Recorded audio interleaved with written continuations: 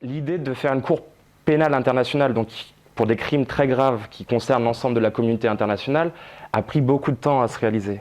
Et c'est un projet qui a été discuté au début en 1948. Donc 1948, c'est la Convention internationale de répression contre le crime de génocide lié à la Seconde Guerre mondiale. Une période horrible pour les crimes qui ont été commis à très grande échelle en Europe, mais aussi dans d'autres parties du monde. Et il a fallu énormément de temps pour discuter, négocier la création de cette cour-là, car c'est une cour internationale. Donc par définition, c'est une cour où des pays de différentes régions du monde se sont mis d'accord pour créer cette cour, financer cette cour, lui donner de l'argent pour fonctionner. Et ça a pris beaucoup de temps, car ce sont des pays qui ont eu des histoires différentes, qui ont des visions du monde différentes, des visions politiques différentes. Donc de 1948 jusqu'à 2002, on a dû avoir plusieurs décennies de discussions où le projet a été discuté après la Seconde Guerre mondiale, un peu enterré, oublié, et il a fallu tout ce temps. La Cour pénale internationale a été créée parce que l'on souhaitait qu'il existe une juridiction universelle et permanente. Pourquoi condamner ces crimes de guerre? C'est des crimes qui sont d'une particulière gravité, qui sont, on peut dire, horribles, et parce que ce sont des crimes graves, affectent et intéressent beaucoup de personnes.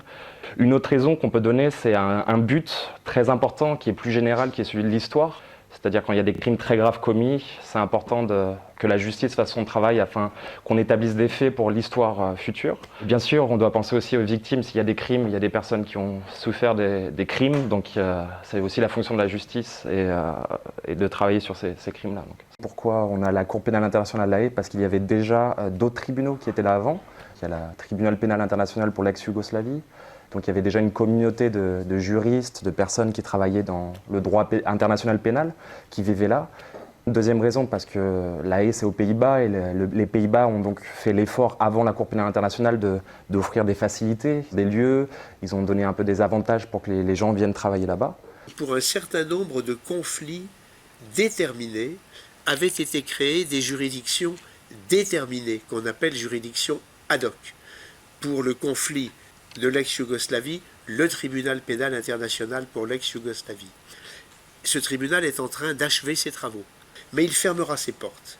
Le tribunal pour le Rwanda, créé pour une situation géographique donnée, et pour un temps donné, le génocide rwandais va fermer ses portes. Un tribunal ad hoc, ex-Yougoslavie, Rwanda, Liban, Cambodge, Sierra Leone, Timor oriental, autant de juridictions qui ont été créées à la fin d'un conflit, ou d'un conflit pratiquement achevé, et qui ont fait que, quelle que soit la qualité des décisions rendues, qui ont fait qu'on a qualifié ces tribunaux de justice de vainqueur. La communauté internationale a souhaité éviter de devoir créer des juridictions, une par une, les juridictions ad hoc, mais bénéficier d'une cour permanente et universelle. Pour le juge français que j'étais, cela s'est avéré très difficile, parce que j'avais l'habitude d'appliquer les lois françaises, les codes français. Vous savez, nous avons un code pénal, un code de procédure pénale. Et dès le début, les personnes avec qui je travaillais m'ont dit « Arrêtez, monsieur le juge, de nous parler tout le temps de votre code de procédure pénale. Vous n'êtes plus en France, vous êtes maintenant à la Cour pénale internationale. Et les lois que l'on applique, c'est le statut de la Cour. Et c'est un traité, figurez-vous. Les textes que les juges doivent appliquer sont des textes qui ont été élaborés et rédigés au cours d'une conférence diplomatique qui a réuni tous les pays qui ont créé la Cour. Donc c'est le statut qui constitue la règle de base. Et puis vous avez un règlement de procédure et de preuve, et puis le règlement de la Cour. Bref, c'est un corps de texte, un recueil de textes spécifique à la Cour. Ce qui n'empêche pas la Cour de se référer éventuellement aux jugements qu'ont pu rendre d'autres tribunaux, comme les tribunaux pour l'ex-Yougoslavie, le Rwanda ou autres. Et puis elle peut aussi se référer aux jurisprudences d'autres juridictions internationales, comme la Cour européenne des droits de l'homme, la Cour interaméricaine des droits de l'homme, la Cour interafricaine des droits de l'homme. Voilà, ce sont ces textes-là. Mais notre texte de base, c'est le statut et le règlement de procédure et de preuve. j'ai défendu donc le premier accusé devant la Cour pénale internationale qui était accusé d'un crime qui est l'enrôlement et la conscription d'enfants soldats de moins de 15 ans ayant participé à des hostilités. Ça, c'est le crime de guerre qui était reproché à M. Lubanga. M. Lubanga vivait au Congo. Il avait été un responsable politique d'un mouvement qui s'appelle l'Union des patriotes congolais. Et cette Union des patriotes congolais, à un moment donné, alors que lui était un politique et pas un militaire, s'est adjoint une branche militaire. Et ce qui lui était reproché, c'est que dans cette branche militaire, il y aurait eu des jeunes de moins de 15 ans ayant participé aux hostilités, ce qui est un crime de guerre. La défense devant les juridictions pénales internationales est extrêmement difficile d'une manière générale.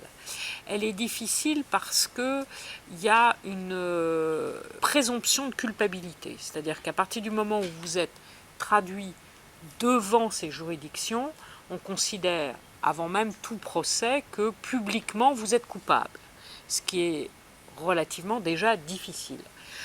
L'autre aspect qui est difficile, c'est que nous sommes, en qualité d'avocat de la défense, censés aller faire des enquêtes à 7000 km en ce qui concerne le Congo.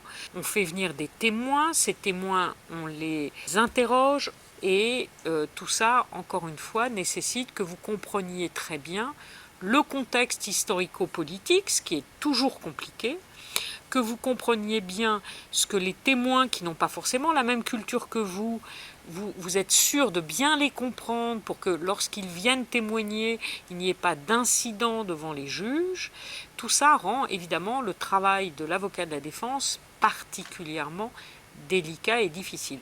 Et puis, personne ne trouve très sympathique les avocats qui défendent des personnes qui sont accusées d'avoir enrôlé et conscrit des enfants de moins de 15 ans. Donc il y a un opprobre social contre les avocats de la défense, plus ou moins consciemment, mais toujours.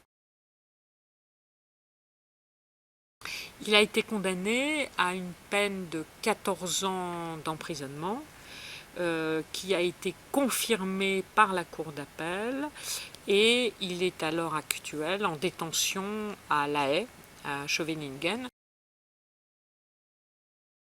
La Cour pénale internationale est donc universelle. C'est-à-dire qu'elle est censée connaître de faits de génocide, crimes contre l'humanité ou crimes de guerre qui se passent dans le monde entier, auxquels, à titre personnel, je n'étais pas habitué. Les meurtres qui se font à coups de machette, ce n'est, j'allais dire heureusement, pas ce à quoi nous avons l'habitude en France. Alors bien sûr, il y avait aussi l'usage d'armes à feu, mais il y avait aussi le recours à des méthodes très primaires et très cruelles. Donc voilà, il faut arriver à découvrir tout ça, bien respirer, encaisser, ne pas sous-estimer, ne jamais donner l'impression d'être habitué, mais en même temps ne pas se focaliser perpétuellement sur l'horreur de l'horreur. Et se dire, voilà, il faut que je juge ces personnes, elles ont commis ces faits, comment l'ont-elles fait, pourquoi l'ont-elles fait, y a-t-il des raisons, y a-t-il des motifs éventuellement qui permettent d'expliquer, à défaut de justifier, mais c'est difficile. Et la Cour pénale internationale, par principe, doit juger les faits considérés comme étant les plus graves. Les faits les plus graves, c'est le génocide, c'est le crime contre l'humanité, c'est les crimes de guerre. L'une des difficultés, c'est que actuellement, c'est l'une des critiques que l'on fait à la Cour, c'est qu'elle est trop orientée vers le seul continent africain. Mais il manque des États de poids. Il manque les États-Unis, qui avaient d'abord signé, puis la signature a été retirée, et qui n'ont pas ratifié. Le contexte particulier des États-Unis a fait qu'ils n'ont toujours pas signé ni ratifié. On lui reproche d'être assez inefficace. Je pense que c'est injuste. Un organisme international, a fortiori une juridiction pénale internationale, ne peut pas marcher impeccablement du jour au lendemain. Il faut du temps. Comme c'est une création récente, comme toute création récente, elle a son enfance, son adolescence, et un jour elle arrivera à l'âge totalement adulte.